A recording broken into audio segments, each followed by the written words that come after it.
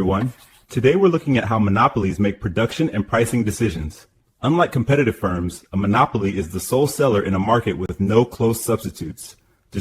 That lack of competition gives a monopoly market power, the ability to influence price. Instead of being a price taker, a monopoly is a price maker. This means the monopoly faces the market demand curve directly. If it wants to sell more, it must lower the price. This relationship shapes all of its decisions. Let's compare that to perfect competition. A competitive firm can sell all it wants at the market price, so its demand curve is perfectly elastic, a flat horizontal line. But a monopoly's demand curve is downward sloping, so its demand, marginal revenue, and price are all tied together. And here's a key point. For a monopoly, marginal revenue is always below price.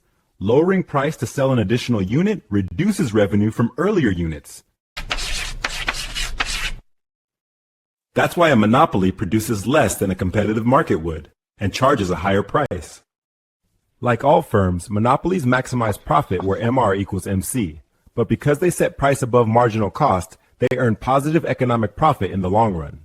Monopolist first chooses the quantity where MR equals MC. After that, it uses the demand curve to find the highest price consumers are willing to pay for that quantity.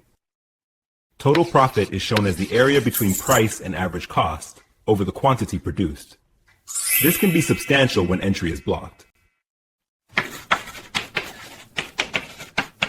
Here's your first question. Why is a monopoly's marginal revenue curve located below its demand curve? All right, continuing on. Because the monopolist restricts output, consumers face fewer options and pay higher prices than they would under competition. This leads to deadweight loss.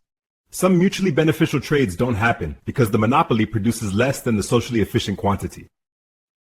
That's the core social cost of monopoly power, less total surplus compared to a competitive market. Monopolies persist because of barriers to entry, including patents, control of key resources, economies of scale, or government regulation. Natural monopolies, like utilities, occur when a single firm can supply the entire market at lower cost than multiple firms could.